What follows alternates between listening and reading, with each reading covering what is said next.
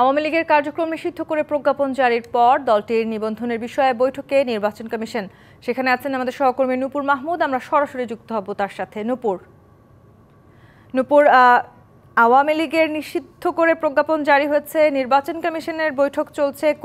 এখনো পর্যন্ত আপনি আসলে কোনো খবরাখবর জানতে পেয়েছেন কিনা? তাদের রাজনীতিকে বা তাদের নির্বাচনে অংশগ্রহণ করাও নিষিদ্ধ করা হবে বলে মনে হচ্ছে কি?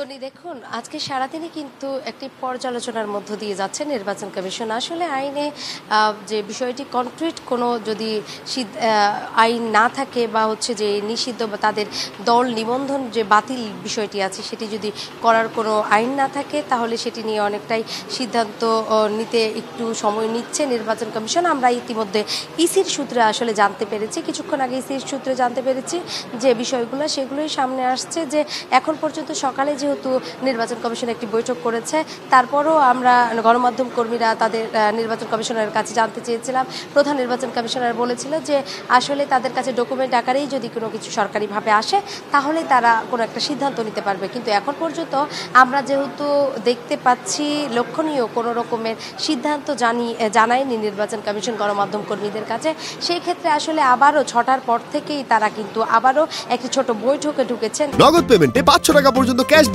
আর লেনদেনে প্রতিদিন ডিপ ফ্রিজ এবং ঘন্টায় ঘন্টায় এসি টিভি সহ দারুণ সব গিফট।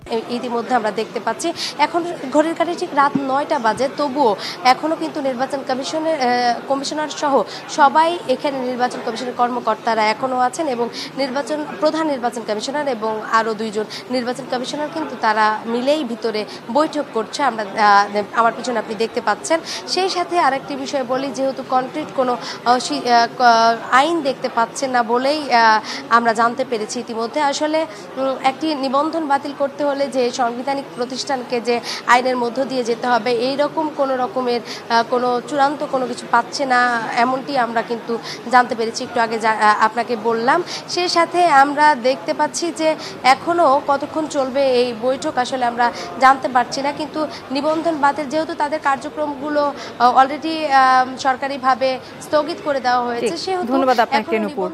দর্শক, আমাদের সহকর্মী নূপুর মাহমুদ যুক্ত হয়েছিলেন নির্বাচন কমিশন থেকে এবং শেষ পর্যন্ত তিনি যেটি জানাচ্ছিলেন এখনও নির্বাচন কমিশনে বৈঠক চলছে।